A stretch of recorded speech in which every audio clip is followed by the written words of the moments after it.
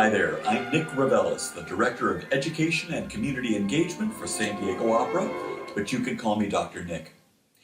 You're coming to San Diego Opera to see probably the most popular opera ever written, La Boheme. La Boheme is a piece of musical theater, an opera, that was written over 120 years ago, and yet it's just as fresh and exciting as if it were written yesterday. A young Italian composer created it, Giacomo Puccini, who'd already written 3 other operas. But his career as a composer hadn't really taken flight, and he hadn't yet captured the imagination of the theater audience. It was this opera, La Boheme, that made his name in the opera world and made everybody stand up and take notice of this young genius. What was it about this opera that people loved so much? Well, certainly the music was and is a big attraction, and we'll talk about that a little later. But I think the popularity of this opera has a lot to do with the characters in it. A group of young people who rebelled against their parents' values and ran off to become artists, writers, and musicians. All of this happened in the middle of the 1800s in Paris, France. France, in fact, all of Europe, was experiencing a lot of political and social upheaval in the middle of the 19th century. In fact, 1848 alone was an especially tough year with turmoil and revolution going on everywhere. In the midst of all this, young middle-class people who normally lived quiet, well-off lives with their parents decided that they want to spread their wings, attracted by lives filled with art, passion, and love. This actually became a kind of movement, with these college-age kids crossing Paris's Seine River to go to the so-called left bank of the river, where the rents were cheap, where the university was located, and where the cafe scene was the big attraction. Society called these kids Bohemians, similar to calling them gypsies. In French, La Boheme, the Bohemians. One of those kids, a writer named Henri Mugé, wrote a book about his experiences describing the lives and loves of his Bohemian friends. The book was a great success, and it was from this book that Puccini took the opera for his story. The story centers on a young writer, a poet named Rodolfo, who lives in a simple attic room with his friend Marcello, a painter. They have 2 other friends, Schaunard, a musician, and Colline, a philosopher, with whom they share money and meals, living a kind of communal existence. Rodolfo falls in love with a young woman who knocks on his door one night because her candle is blown out in the chilly stairway outside his room. She can't see a thing in the darkness, and she asks him to relight the candle. Her name is Mimi, and she lives in the same building working as a seamstress and dressmaker. Rodolfo notices, though, that her hands are very cold, and she looks pale. As it turns out, Mimi is suffering from an illness that viciously attacked many people who lived in the poorer areas of the city, or who lived the bohemian lifestyle: tuberculosis. Tuberculosis, or TB, was an incurable disease in those days, and it was almost always fatal. When someone had the disease, people would say he or she had consumption because it was an illness that seemed to consume the body with a chronic cough, fever, night sweats, and weight loss. It's still a dangerous and infectious disease that affects many areas of the world, especially parts of Asia and Africa. But at least today we have treatments for TB.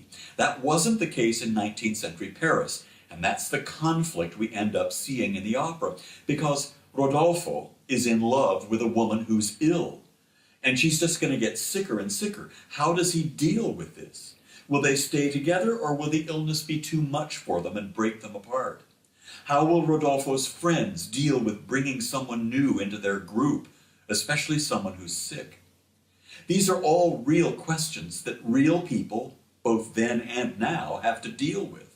And Puccini deals with this story in a very realistic, very natural way, showing us these bohemians at their best, at their worst, just being human, and to the accompaniment of some of the most beautiful music ever written. Let's talk about the music of La Boheme. How does the composer communicate what's going on in the story? How does he use music to tell the story? Well, let's set up the first scene. When the curtain goes up, we see a room high up in a loft of an old Paris building. There are a few meager pieces of furniture, maybe a chair here and there, a couch perhaps. There's a wood-burning stove, a couple of beds on either side of the room, a main door coming from the staircase on an outer hallway. There are two people working in the room, working on their art. First of all, Marcello, a painter, who's sitting in front of an easel painting a picture of Moses and the parting of the Red Sea from the Bible. And sitting at a little desk is the poet Rodolfo, scribbling away on a piece of paper and working on his latest play. It's Christmas Eve in Paris, so it's very, very cold outside, maybe even snowing.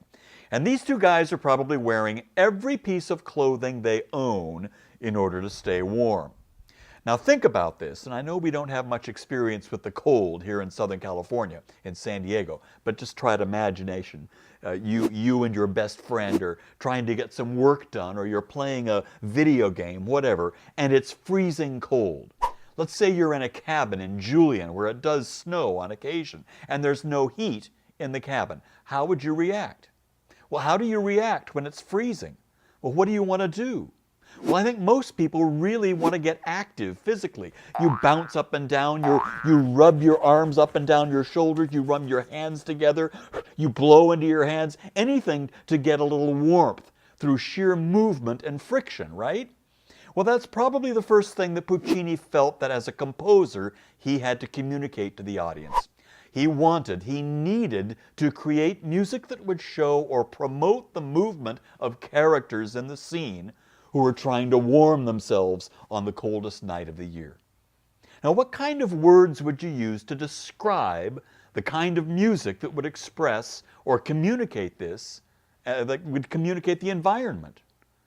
What kind of music accompanies this? Let's start with the tempo. Would it be fast or slow? Yeah, you're probably right. Fast. It would also probably have a shivering quality to it, right, for the cold, and lots of rhythmic vitality to communicate all of the body movement going on in the characters necessary to keep warm. And remember, Puccini has a whole orchestra at his fingertips to create this music and help us in the audience feel what the characters on stage are feeling. So listen to how this opera begins.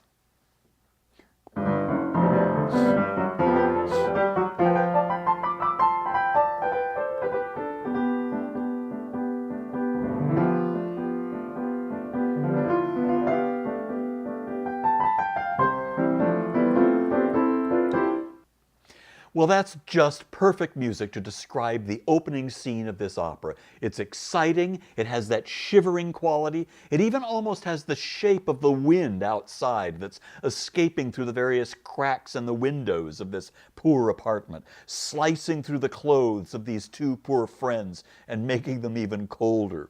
The composer Puccini wants us to feel those things too.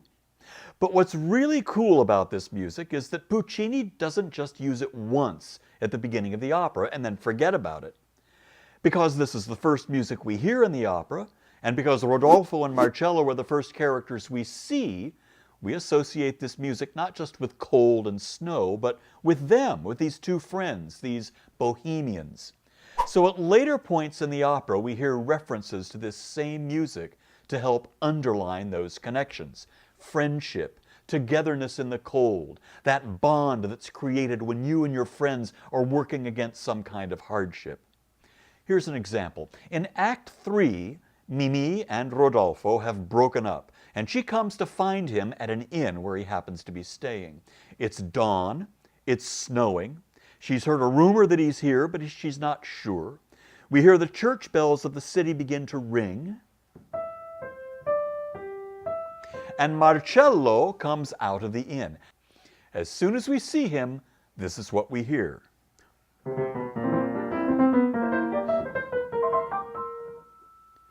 But we hear that coldness, bohemian friendship music on top of the music of the church bells. Listen.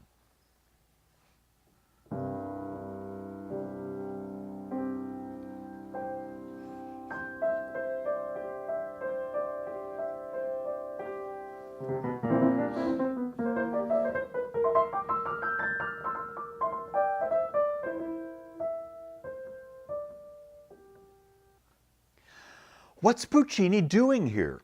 Well, first of all, he's reminding us of who Marcello is, one of the friends, one of the Bohemians. But he's also reminding us that Marcello is a member of this tightly knit group who stand up for each other in adversity, who struggle against the cold, who struggle against hardship together, and that Mimi has actually become one of them. I hear a moment in this little section that says, Mimi, we accept you, we love you, we're going to be there for you. Now maybe that's just my imagination. Maybe I'm right, maybe I'm wrong, but you know what? It doesn't matter. That choice of music and that moment in the story could mean a number of different things, and maybe, just maybe, Puccini wanted you to decide what it means for yourselves. Puccini's opera La Boheme is the most popular opera ever written. I'm so glad that you're going to have the opportunity to see it, especially if it's your very first opera. You're in for a real treat. Thanks for watching, and I'll see you at the opera.